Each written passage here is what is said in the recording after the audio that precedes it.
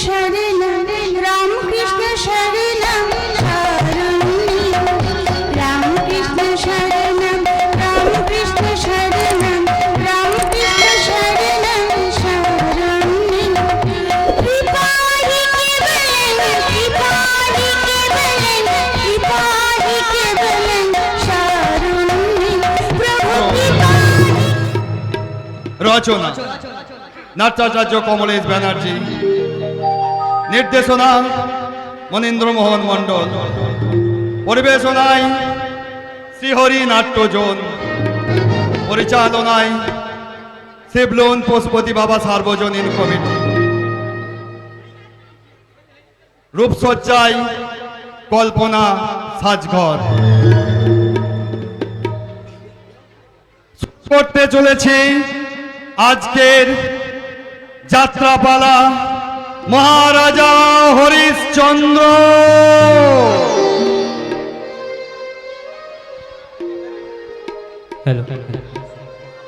আমার দুঃখে দুঃখে জনম গেল রে,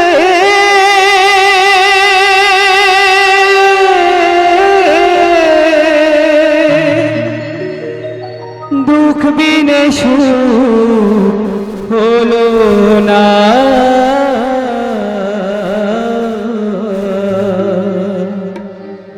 অথই জলে ডুবলো তরি,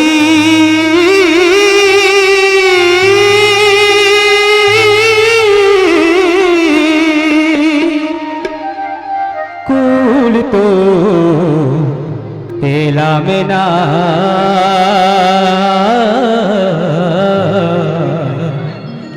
অথই গাঙে ডুবলো তরি,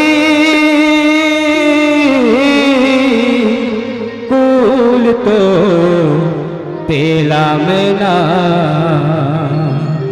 আমার দুঃখে দুঃখে জনম গেল, দুঃখে দুঃখে গো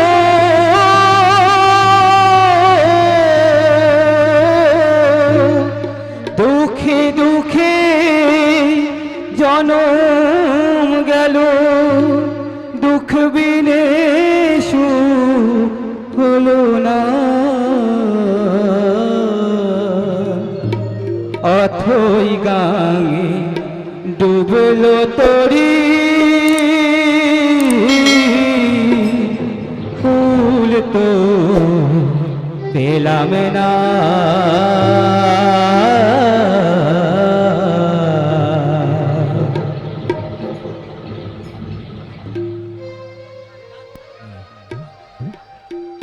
হ্যালো হ্যালো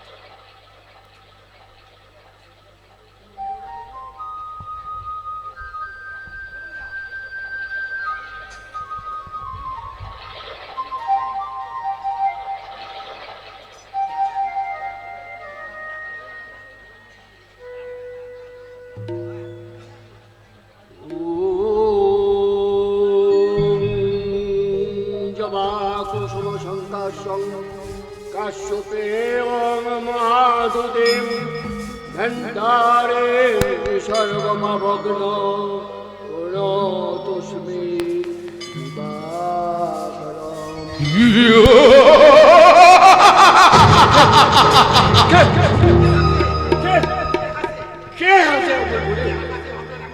আকাশে আবার হঠাৎ বিদ্যুৎ চমকাচ্ছে কেন? চুল করছে কেন? কেন কেন এই অমঙ্গলের আবাস ভেসে আসছে?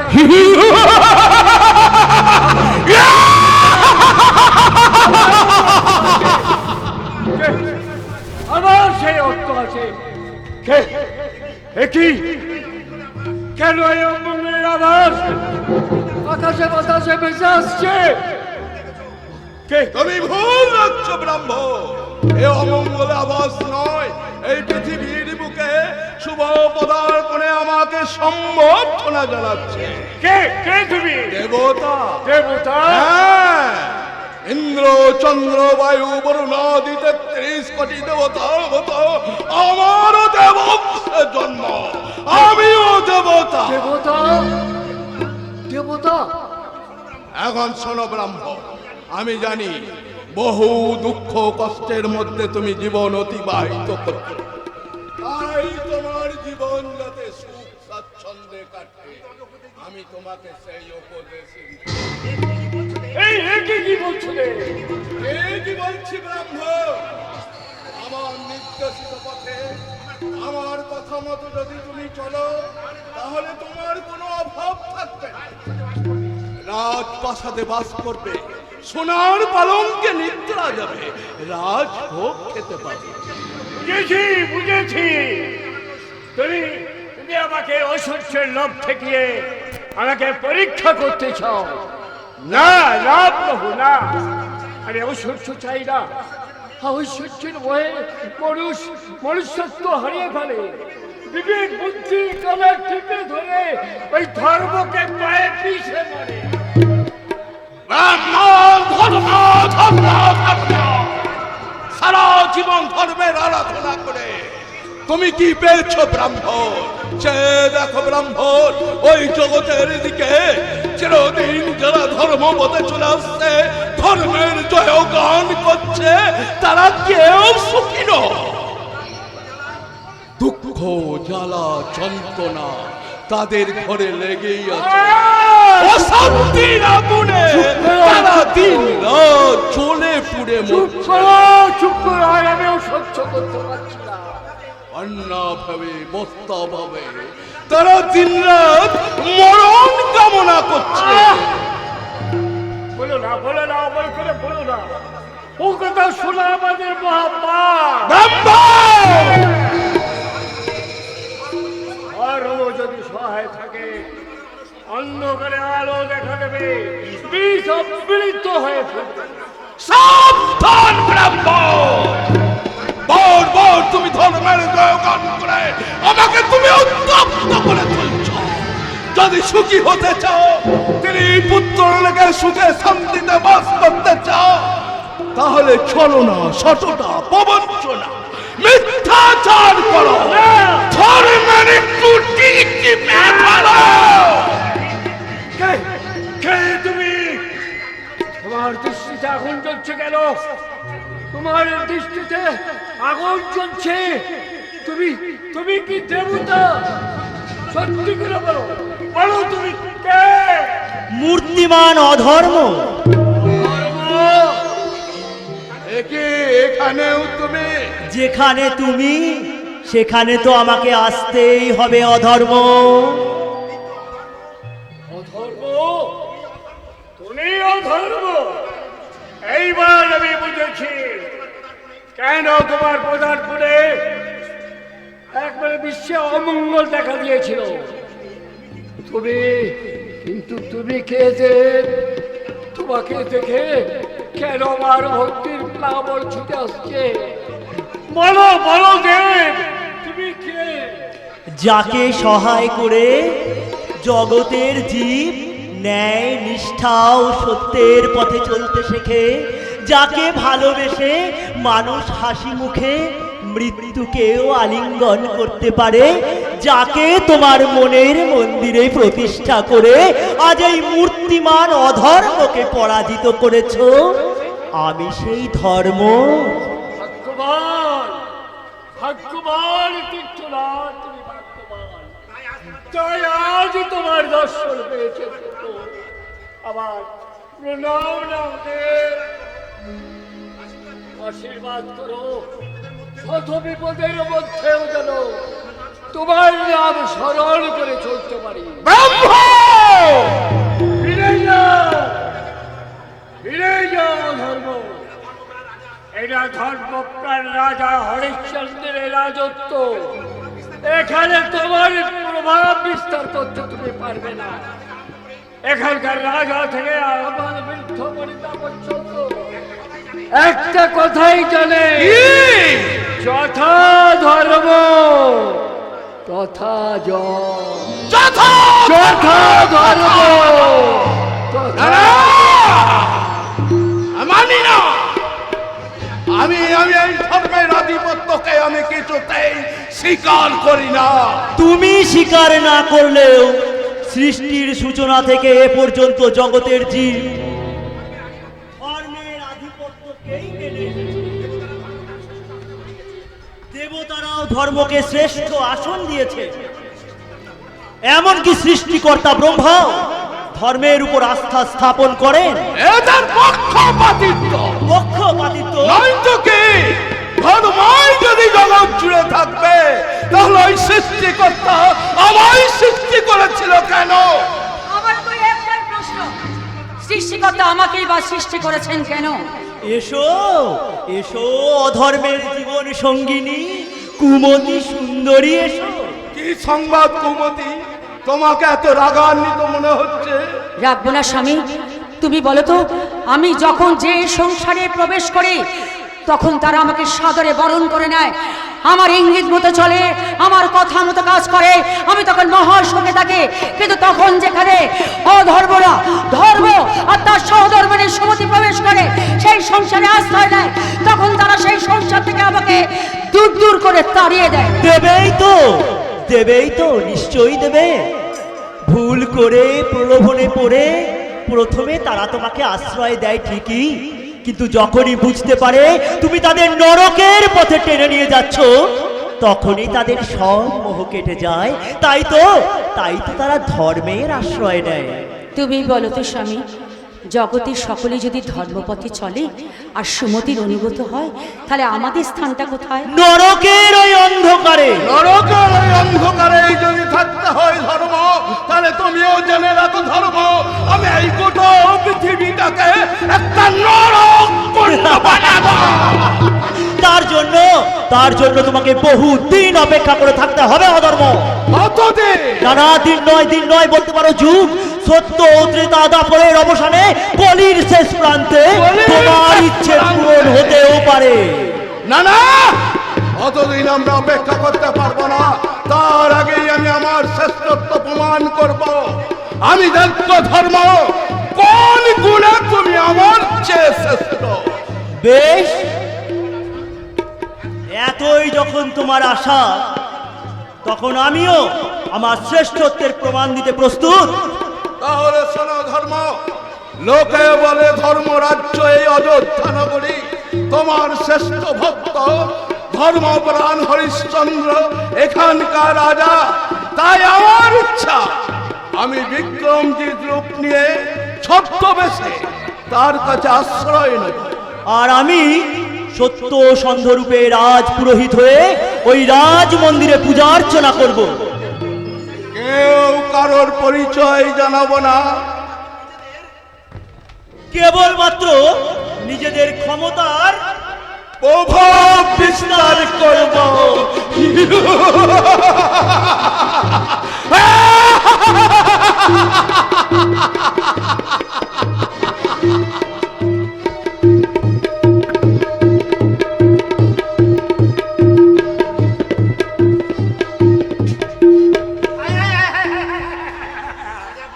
আজ আর বাঁচার কোনো আশাই দেখছি না।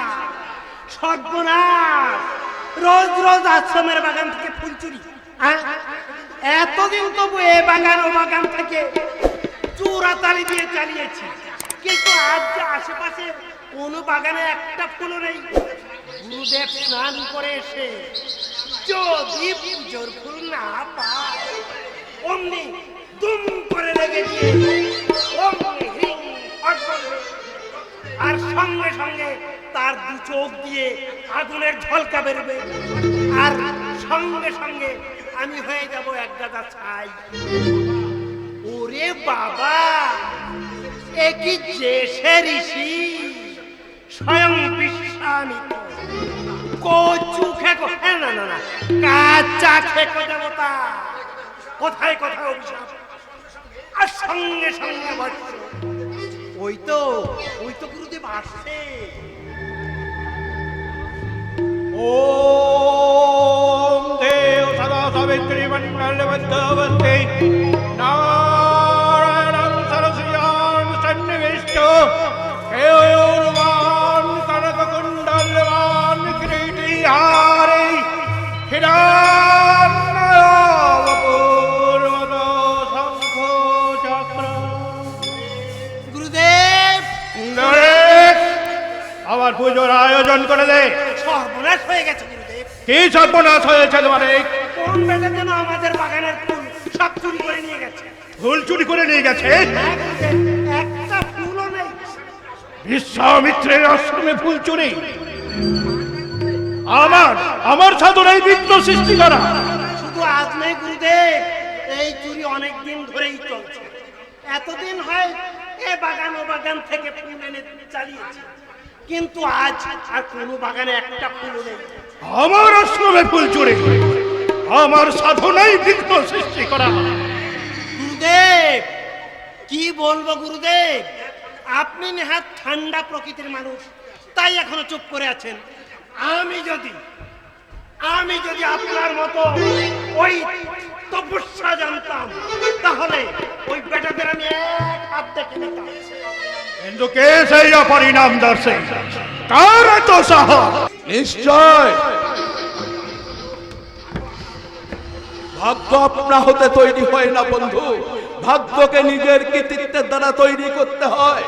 যেমন ধরো, তোমার বুদ্ধি আছে, তোমার ক্ষমতা আছে, ইচ্ছা করলে তুমি প্রচুর উন্নতি করতে পারো, প্রচুর অর্থ উপার্জন করতে পারো, কিন্তু তুমি তো করছো না। ইচ্ছা করলে আমি প্রচুর অর্থ উপার্জন করতে পারি, কিন্তু নিশ্চয় মহারাজ তোমাকে খুব ভালোবাসেন এবং প্রচুর বিশ্বাস করেন।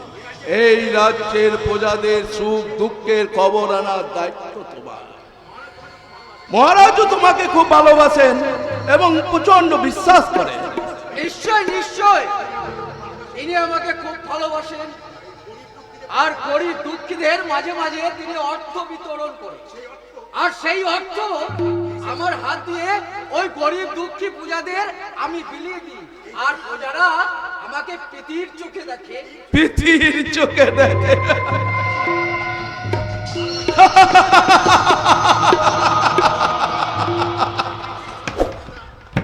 বন্ধু, প্রীতি ভালোবাসার কথা ভুলে গিয়ে নিজেকে একটু গুছিয়ে নেওয়ার চেষ্টা করো, নইলে ভবিষ্যতে ঠকতে হবে।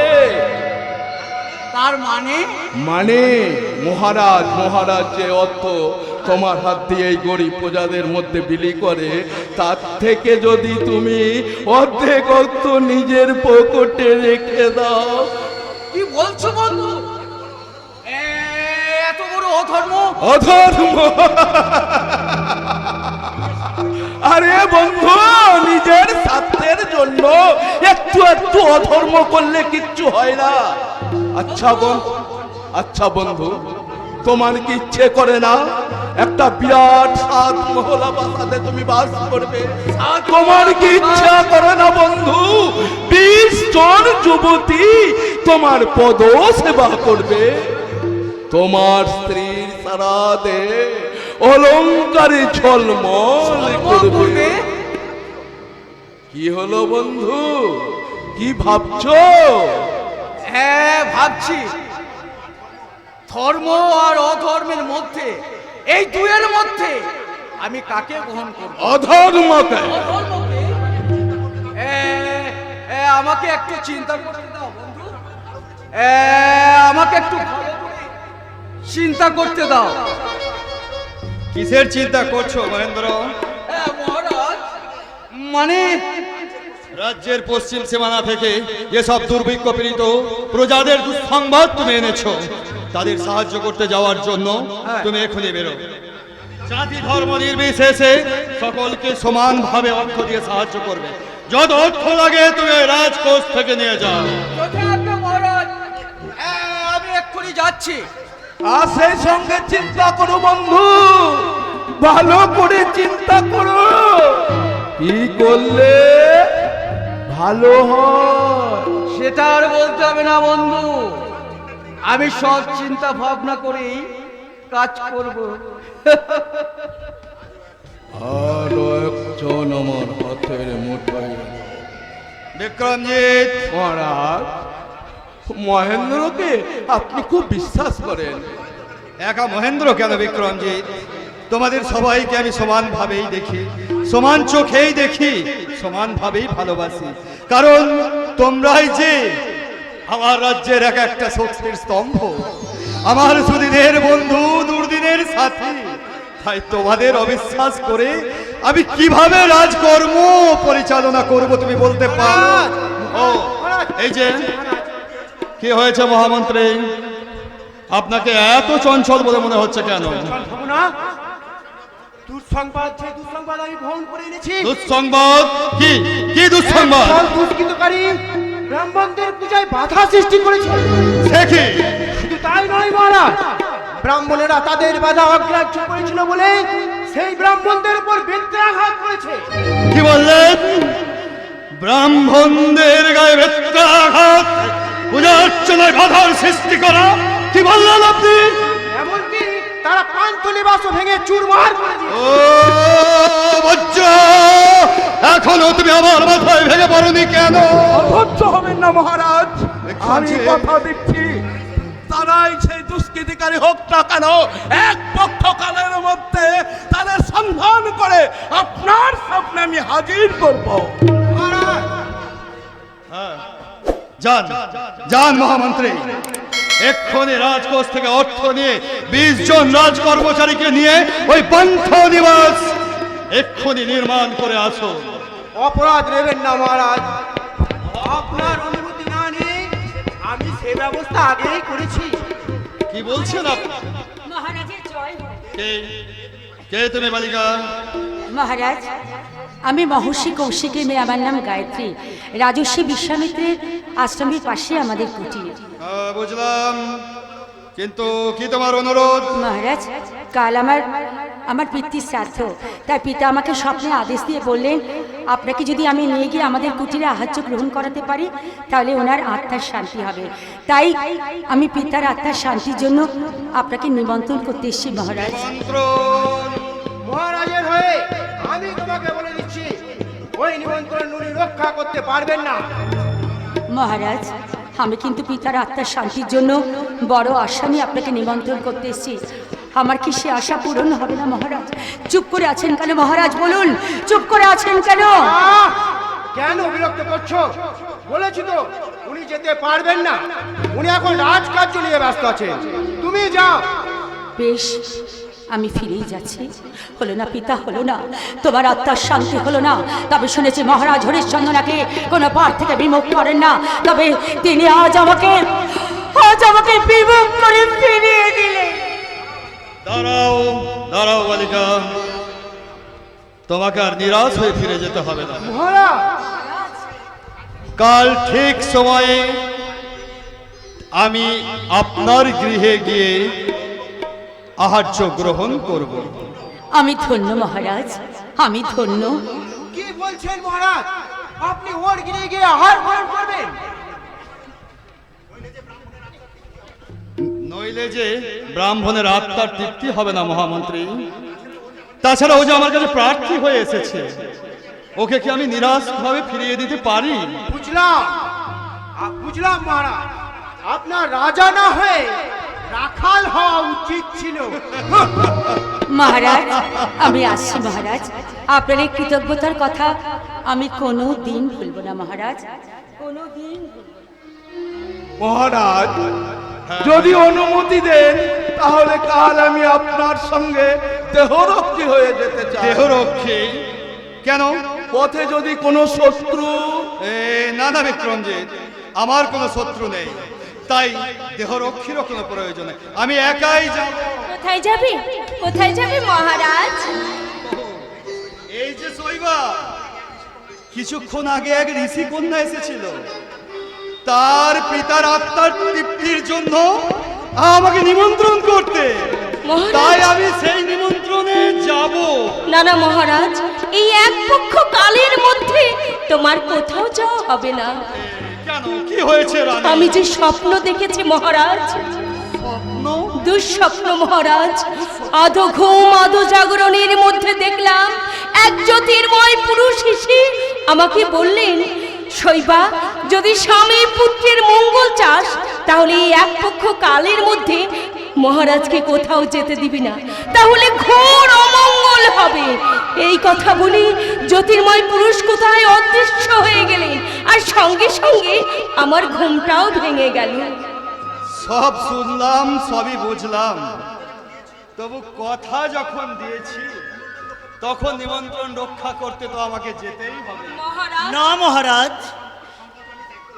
এই সংকল্প আপনি ত্যাগ করুন। সত্য সুন্দর, মহারাজ, আপনার মঙ্গলার্থে আমি মন্দিরে পুজো দিতে গিয়ে দেখলাম নারায়ণ বিগ্রহ ঠক ঠক করে কাঁপছে, আর তার দু চোখ দিয়ে শ্রাবণের ধারা বয়ে যাচ্ছে। কি নারায়ণ বিগ্রহের চোখে জল?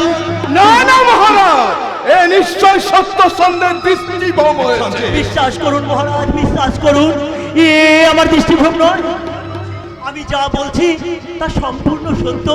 তাই তাই আমার অনুরোধ, এই পক্ষকালের মধ্যে দয়া করে আপনি কোথাও যাবেন না মহারাজ। কিন্তু আমি যে যে ব্রাহ্মণ কন্যাকে কথা দিয়েছেন, কথা শুনুন মহারাজ, কথা শুনুন, এ সবই অশুভ ইঙ্গিত, অমঙ্গলের লক্ষণ। অমঙ্গল? যে হরিশ্চন্দ্র চিরদিন ধর্মপথে চলে এসেছে, ব্রাহ্মণদের মাথার মণি করে রেখেছে, সেই হরিশ্চন্দ্রের রাজ্যে আজ ব্রাহ্মণদের গায়ে বেত্রাঘাত, ব্রাহ্মণদের অপমান করা হয়েছে। এর চেয়ে আর কি অমঙ্গল হতে পারে সত্যচন্দ্র? মহারাজ, আমি আপনার পুরোহিত, আপনার হিত কামনাই করি। তাই মহারাজকে সত্য ভঙ্গ করিয়ে এই জগতের সামনে তুমি মিথ্যাবাদী বানাতে চাও। না না না সত্যচন্দ্র, না, আর তা হয় না। সে যে আমার কাছে প্রার্থী হয়ে এসেছিল, আমি যে তাকে কথা দিয়েছি, তাই যেতে তো আমাকে হবে। মহারাজ, নইলে যে ব্রাহ্মণের আত্মার তৃপ্তি পাবে না রানী। আর জগতের কাছে আপনি মিথ্যাবাদী হয়ে যাবে। বলো রানী, বলো, তুমি কি চাও? আমি কি সত্য ভ্রষ্ট হয়ে মিথ্যেবাদী হই? না না মহারাজ, এ আমি চাই না। আমি যে তোমার স্ত্রী, তোমার সহধর্মিণী, তোমারও যে ধর্ম আমারও সেই ধর্ম। রানীমা। তোমাকে সেই সত্য ধর্ম পালনে আমি কি কখনো বাধা দিতে পারি? এই তো চাই, এই তো সহধর্মিনীর উপযুক্ত কথা। কিন্তু মহারাজ, এই নিমন্ত্রণকে কেন্দ্র করে যদি আপনার উপর কোনো বিপদ নেমে আসে, ধর্মকে মুখের মধ্যে আগলে রেখে আমি হাসি মুখে তা জয় করব। মহারাজ, আসুক ঝঞ্ঝা, তরুক পৃথিবী, তবু বিপদের ভয়ে আমি কোনোদিন সত্যবস্ত হয়ে ধর্মের অপমান করতে পারবো না, ধর্মের অপমান করতে পারবো না। মহারাজ, মহারাজ, কথা শুনুন মহারাজ, কথা শুনুন। রানীমা, রানীমা, আপনি একটু মহারাজকে বুঝিয়ে বলুন রানীমা। তা হয় না সত্য সুন্দর, তাহলে যে ধর্মের অসম্মান হবে। রানীমা, কিন্তু তবু কেন কেন ওই অশুভ নিমন্ত্রণে যাওয়ার কথা শুনে অজানা আশঙ্কায় আমার বুকটা কেঁপে উঠছে। মনে ভয় করছে মা, ভয় করছে বুঝি? ভয় নেই মা, ভয় নেই। বুক কাঁপলেও এই মনটা যেন না কাঁপে মা। এই ধর্মের রশি দিয়ে তাকে শক্ত করে বেঁধে রাখো মা, তাহলেই দেখবে। কে তুমি? আমি দেবদূত গো মা, আমি দেবদূত। হ্যাঁ গো মা, হ্যাঁ। নিমন্ত্রণের উপেক্ষা না করে আমি যখন যেখানে খুশি যাই। মানুষ ভয় পেলে তাকে সান্ত্বনা দিই, আর যারা পথ হারায় তাদের পথ দেখায়। বা এসব কি বলছো তুমি? হ্যাঁ গো, ধর্ম তো নয় সত্য কথা মানবতার বরমোষে ধর্ম তো নয় ছোট্ট কথা মানবতার বরমোষে নয়ন মেলে দেখ দেখি তুই লুকিয়ে সেজে মর্ম মাঝে নয়ন মেলে দেখ দেখি তুই লুকিয়ে সেজে মর্ম মাঝে ধর্ম তো নয় ছোট্ট কথা মানবতার বরমোষে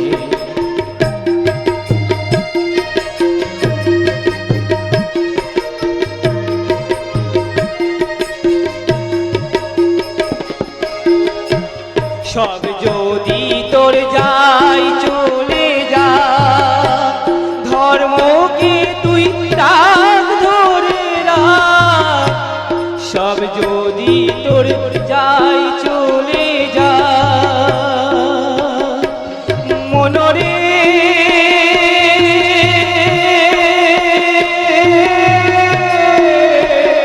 পাগল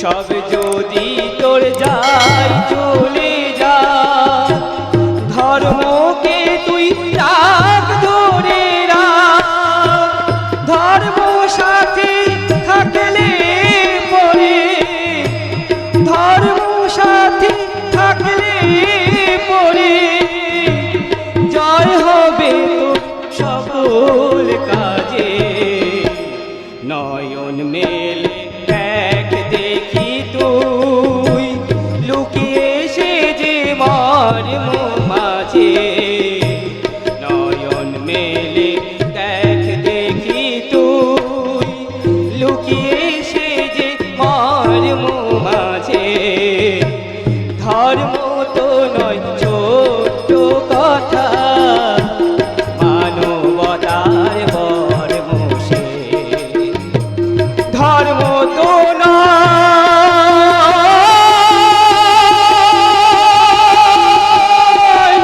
ছোট্ট কথা ও যে মানবতার বরমোষে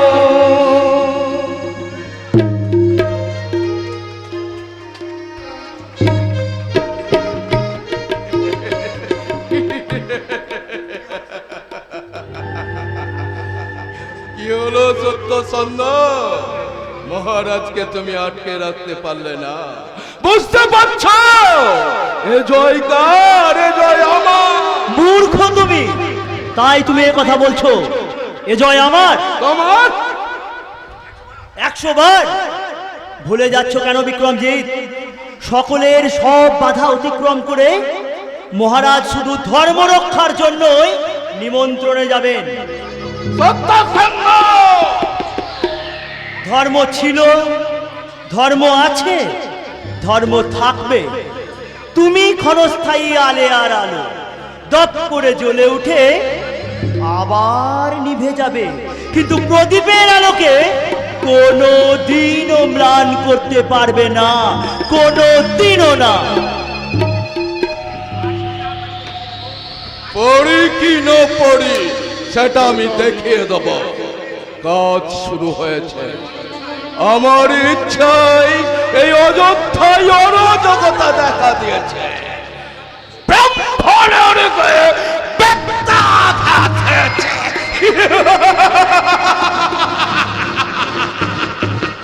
পন্থ নিবাস ধ্বংস হয়েছে।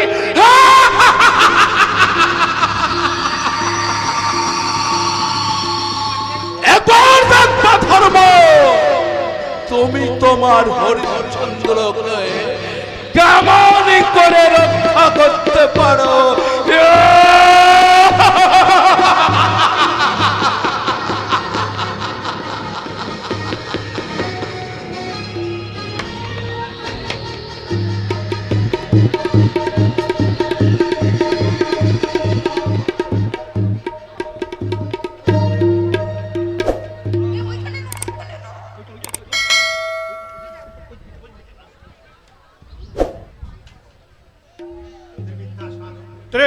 সাধন, ত্রিবিদ্যা সাধন, ত্রিবিদ্যা সাধন। আজ পূর্ণিমা তিথিতে এগিয়ে এসেছে সেই পুণ্য লগ্ন।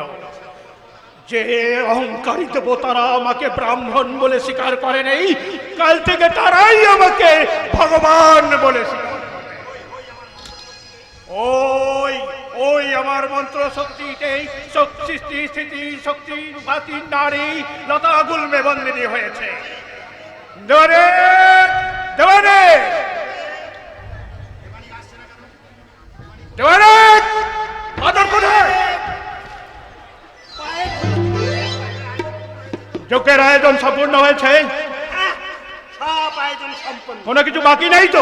আগে না, বেল কাঠ, বেল পাতা, তুলসী দুব্ব, আলো চাল, কালো তিল, এই পঞ্চশস্য, পঞ্চরত্ন, পঞ্চগরি, সর্বৌষধি, মৌষধি, বর্জনা, কস্তুরী, কুমকুম, এক কথায় আপনার শ্রাদ্ধের সব জোগাড় হয়ে গেছে। কি বললি? শ্রাদ্ধ? থুরি ভুল হয়ে গেছে। ত্রিবিদ্যা সাধন। হ্যাঁ, ত্রিবিদ্যা সাধন। ওই দেখ, আমার মন্ত্র শক্তিতে ওই 3 নারী বন্দিনী হয়েছে, যারা প্রতিদিন আমাদের বাগান থেকে ফুল চুরি করে নিয়েই আমার সাধনায় বিঘ্ন সৃষ্টি করতাম। সাধনা করি আমার কুলে এসে পৌঁছেছে। কি আনন্দ, কি আনন্দ! আমার খুব আনন্দ হচ্ছে গুরুদেব। কেমন এই যে চুমকিরা আর কোনদিন বাগানের ফুল চুরি করে নিয়ে গিয়ে আমার এই শান্তশিষ্ট গুরুদেবকে খেপিয়ে দিবি? এখন বোঝো মজা। কথায় বলে বারে বারে ঘুঘু তুমি খেয়ে যাও ধান, এইবার ফাঁদে পড়ে যাবে তোদের প্রাণ। গুরুদেব, তুই এখানে প্রহরায় রত থাকবি, দেখে ওরা যেন পালিয়ে যেতে না পারে, আর কেউ যেন এসে ওদেরকে মুক্ত করে দিয়ে না যায়। আমি স্নান সেরে এসে সাধনায় বসবো। এই 3 নারীর সমস্ত শক্তিকে হরণ করে আমি সার্থক করব আমার ত্রিবিদ্যা সাধন।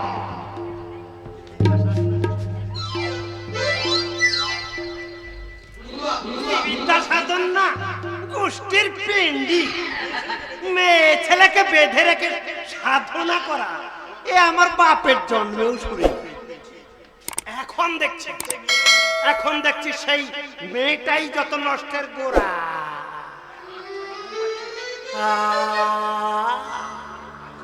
আমার ঘুম পাচ্ছে।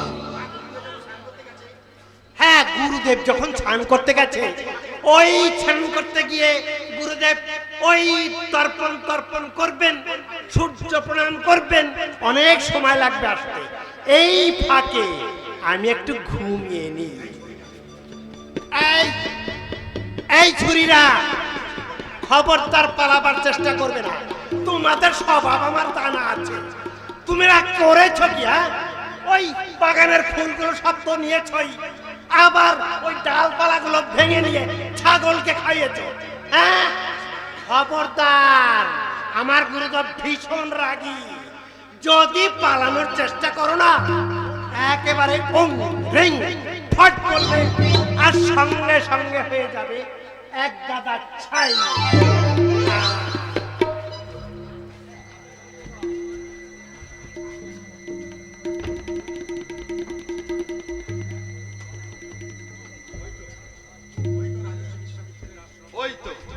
ওই তো রাজর্ষি বিশ্বামিত্রের আশ্রম, এটাই তো তার পুষ্পোদ্যান। কিন্তু কই আশেপাশে তো আমি কোনো আশ্রম দেখতে পাচ্ছি না। কোথায় কোথায় মহর্ষি কৌশিকের আশ্রম?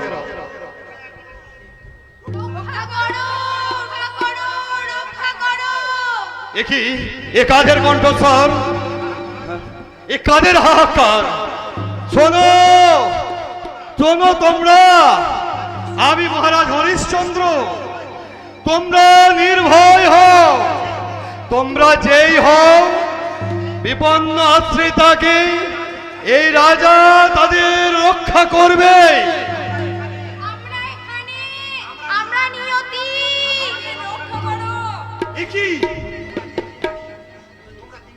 তোমরা 3টি নারী এই লতা গুলমে বন্দিনী হয়ে আছো। কে কে করেছে তোমাদের বন্দিনী? শ্রী বিশ্বামিত্র ব্রাহ্মণ, জানি না কি ধাতুতে নির্মিত আপনার হৃদয়। তোমাদের মুক্ত করলে ব্রাহ্মণ আমাকে অভিশাপ দেবে। দেখ দেখ আমাকে অভিশাপ। নেমে আসুক সহস্র বাধা। আমি রাজা হরিশ্চন্দ্র, তোমাদের আমি মহারাজ তথাস্তু। সত্যি সত্যি সত্যি।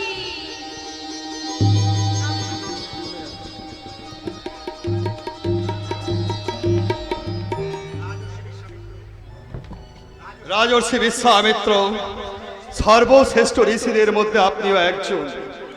3 বন্দিনীকে মুক্ত করে আমি যদি কোনো অন্যায় করেই থাকি, আপনি আমাকে ক্ষমা করবেন। কিন্তু কোথায় কোথায় মহর্ষি কৌশিকের আশ্রম? আমি তো কিছুই বুঝতে পারছি না। তবে তবে কি আমি প্রতারিত হলাম? না না না না, কি করে সম্ভব? আমি যাই হোক, আমি এখন রাজপ্রাসাদেই ফিরে যাই, রাজপ্রাসাদেই ফিরে যাই।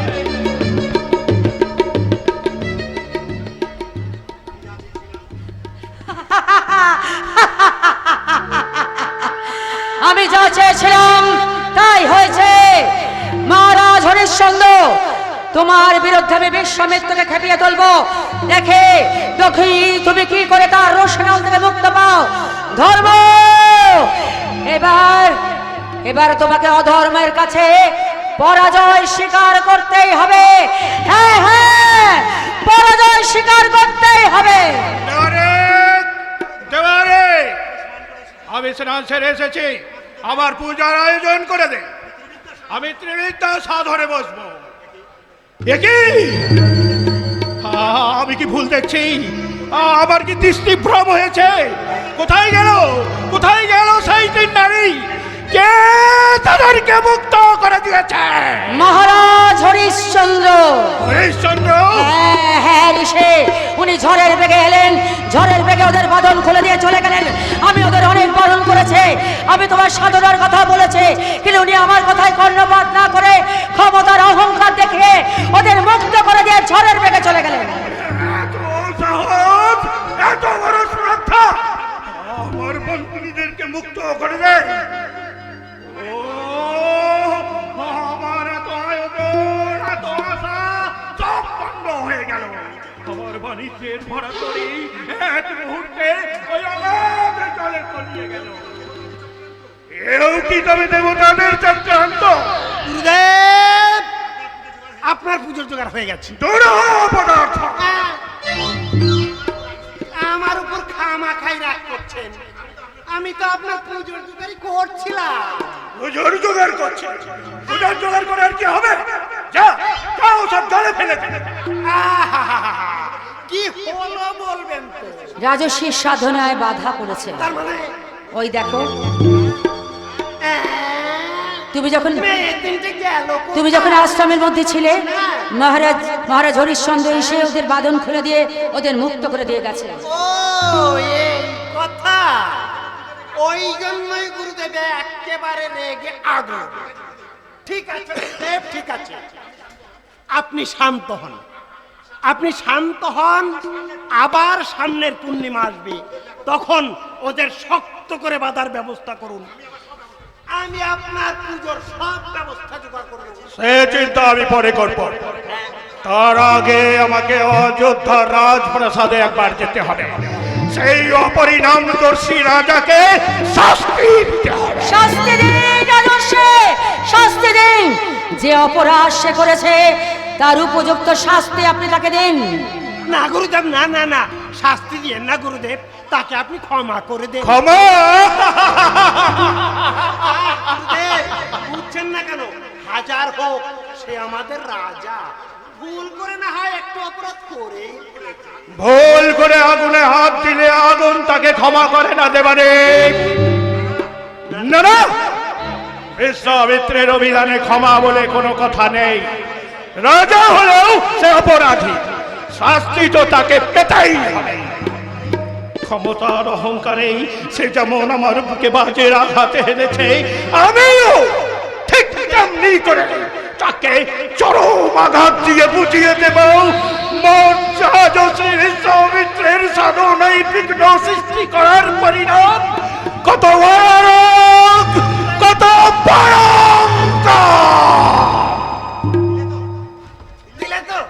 দিলে তো ওই ধার্মিক রাজার বিরুদ্ধে আমার এই শান্ত শিষ্য গুরুদেবকে খেপিয়ে দিলে তো। সে যে অপরাধ করেছে, তাতে তোমার বাপের কি? হ্যাঁ, তাতে তোমার বাপের কি? তুমি কেন আশ্রমের মধ্যে এসে আমার এই গুরুদেবের কানে বিষ মন্ত্র তুলে দিচ্ছ? হ্যাঁ, আমি তো ওনার ভালোর জন্যই। থাক থাক থাক, তোমাকে আর ভালো করতে হবে না, তোমাকে আমি হারে হারে চিনে দিয়েছি। কি বলবো, যদি তুমি মেয়ে ছেলে না হতে না, তাহলে কি লিয়ে না পাতলা পায়খানা বের করে যত সব বাজি বাচ্চার মেয়ে ছেলেদের কোথাকার। আশ্রমের কাজ শেষ। কুমুদের পরামর্শে রাজস্ব বিশ্বামিত্র পূজা অর্চনা ধ্যান যজ্ঞ সেরে পথভ্রষ্ট হয়েছে, হিংসা ক্রোধে কৃতদাস হয়েছে। কুমুদে, তোমার পরামর্শে এইভাবে তুমি পৃথিবীর প্রতিটা মানুষকে কুমন্ত্রণা দিয়ে কুপথে চালিত করবে, তবেই হবে আমাদের জয়, তবেই হবে আমাদের জয়, তবেই হবে আমাদের জয়।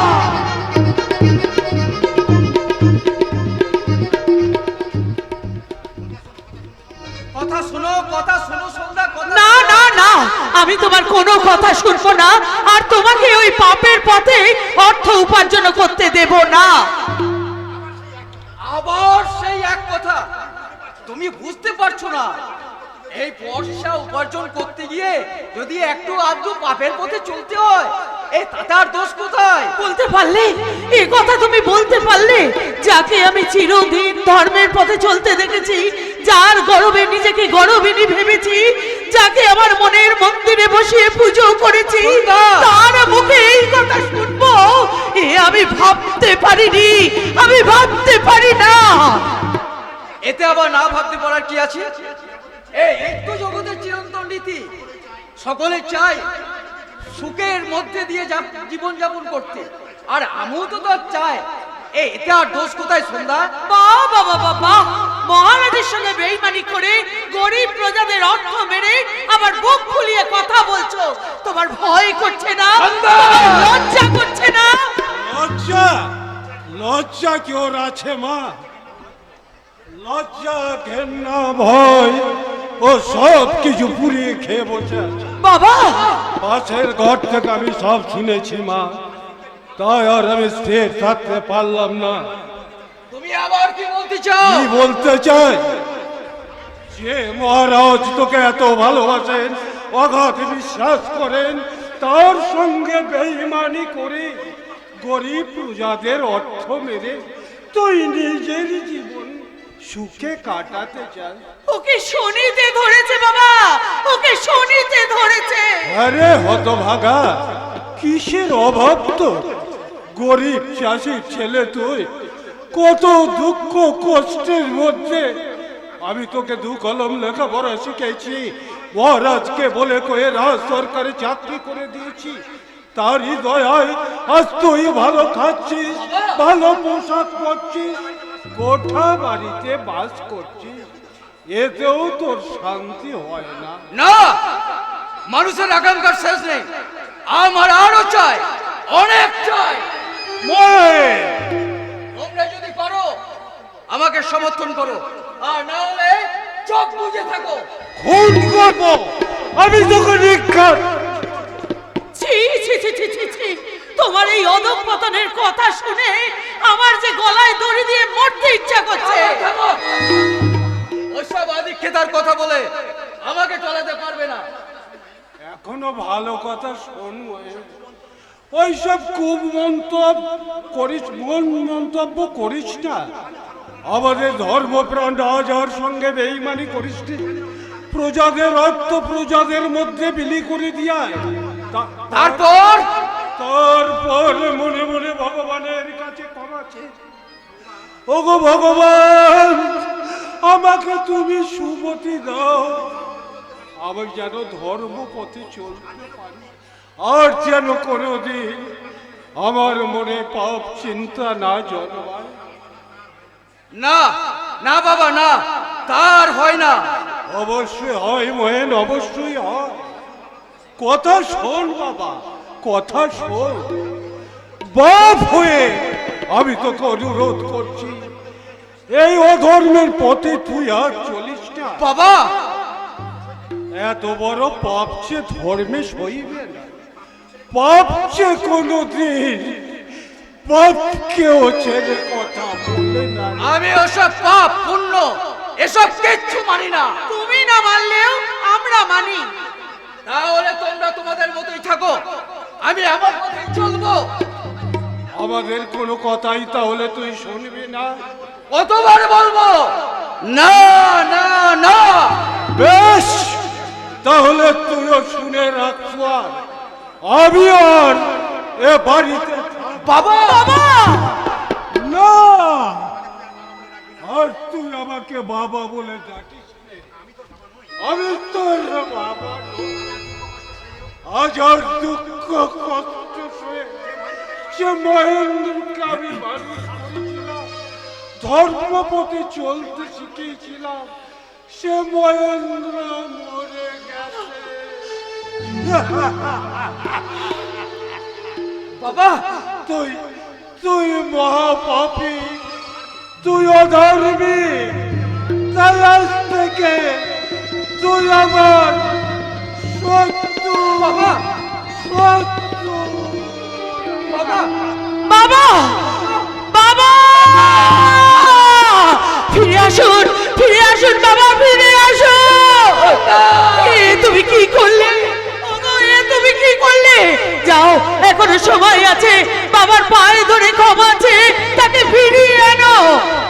আমি কোনো অন্যায় করিনি, আর আমি ক্ষমাও চাইবো না। ওগো, আমি যে তোমার স্ত্রী, তাই তোমার শুভ ছাড়া অশুভ কামনা আমি কখনো করব না। তাই তোমায় জোরাত করে অনুরোধ করছি, তুমি আমার কথা শোনো, এখনো সময় আছে, শোনো। ফেরো, ফেরো স্বামী, ফেরো। ও পথে যে অনেক কাটা, ও পথে তুমি পা বাড়িও না।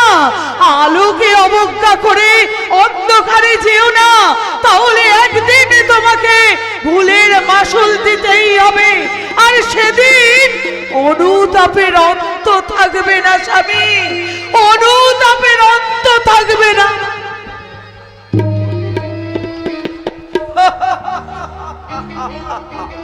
ভুল ভুল ভুল, আমি কোনোদিন অনুতাপ করব না, করবে তুমি। আর বিক্রমজিৎ যদি আমার সাথে থাকে, আর সৌভাগ্যের সন্ন্যাসী করে আমি উঠবই উঠবো। আর তাদের যদি পাপের পথে চলতে হয়, আমি তাই চলবো। আর যে এই পথে বাধা হয়ে দাঁড়াবে, তাকে এই পৃথিবীর বুক থেকে সরিয়ে দিতে আমি দ্বিধাবোধ করব না।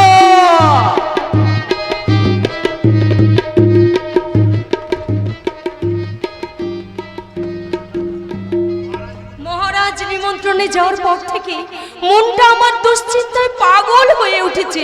চারিদিকে অমঙ্গলের লক্ষণ দেখতে পাচ্ছি, ঘন ঘন ডান চোখটা নাচছে। তবে কি সত্যি সত্যি রাজা কোনো বিপদে পড়লেন? না না না, এখনো মহারাজ ফিরে আসছেন না কেন?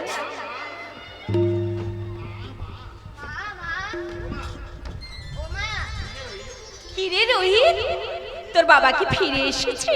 আরে আমি তো সে কথা জিজ্ঞেস করব বলে ছুটে এলাম, আর তুমি উল্টে আমাকেই জিজ্ঞেস করছো। বোকা ছেলে কোথাকার, তিনি এলে তুই তো আগে দেখতে পাবি, তাই তুই এখনো তিনি আসছেন না কেন?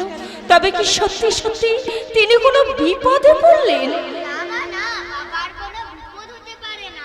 সকলে বলে আমার বাবার মতো ধর্মপ্রাণ রাজা হয় না, কেউ কোনোদিন তার কোনো ক্ষতি করতে পারবে না। তাই বল বাবা, তাই বল, তোর মুখের কথাই যেন সত্যি হয়। নিশ্চয় সত্যি হবে মা। জানো মা, ধর্মের নাকি ক্ষয় নেই, মৃত্যু নেই। ধর্ম নাকি অন্ধকারে আলো দেখায়। সেই ধর্ম যদি সহায় থাকে সব বিপদ দূর হয়ে যায়। এইসব কথা তোকে কে শেখালো বাবা? কেন আমাদের মন্দিরের পূজারি ওই সত্যচন্দ্র দাদা। সত্যসন্ধ তোকে এইসব কথা শিখিয়েছে? হ্যাঁ মা, সেই সঙ্গে ভালো গানও গায়। গান? কি গান শিখিয়েছে রে? শুনবে? তবে শোনো। যথা ধর্ম তথা যায়, দুঃখের হয় অবসান। যথা ধর্ম তথা যায়, দুঃখের হয় অবসান। বিপদ ভঞ্জন তুমি প্রভু, বিপদ ভঞ্জন তুমি প্রভু, গাই যে তোমার জয়গান, দুঃখের হয়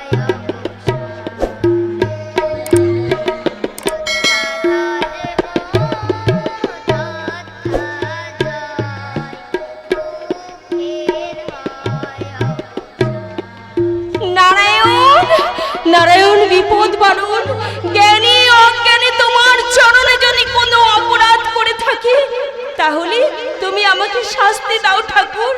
বিনিময়ে আমার স্বামী পুত্রের তুমি মঙ্গল করো ঠাকুর, আমার স্বামী পুত্রের তুমি মঙ্গল করো। মঙ্গলমায়ের আশীর্বাদে আমি সুস্থ শরীরেই ফিরে এসেছি শৈবা। তুমি এসে গেছো, কিন্তু তোমার ফিরতে এত দেরি হলো কেন গো? কোনো বিপদে পড়েছিলে বুঝি? তোমার মতো কল্যাণময় স্ত্রী যার ঘরে, ধর্ম যার জীবনের সহায় সম্বল, বিপদ কি তাকে বেশিক্ষণ গ্রাস করে রাখতে পারে রানী? মহারাজ, এই যে মহামন্ত্রী, পান্থ নিবাস সংস্কারের কাজ আরম্ভ হয়েছে। হয়েছে মহারাজ, কিন্তু একটা পান্থ নিবাস সংস্কার করলে তো হবে না মহারাজ। দুষ্কৃতকারীরা কাল রাত্রে ভদ্রকালীর মন্দির ধ্বংস করে দিয়েছে। সে কি? এসব কি বলছেন মহামন্ত্রী? কি আর বলবো মা, মহারাজ হরিবীজের আমল থেকে আমি এই রাজ্যের মন্ত্রিত্ব করে আসছি, কিন্তু কোনোদিন যা শুনিনি, কোনোদিন যা হয়নি, রাজ্যের মধ্যে আজ তাই ঘটে যাচ্ছে। আর আমার মাথায় কলঙ্কের বোঝা চাপছে।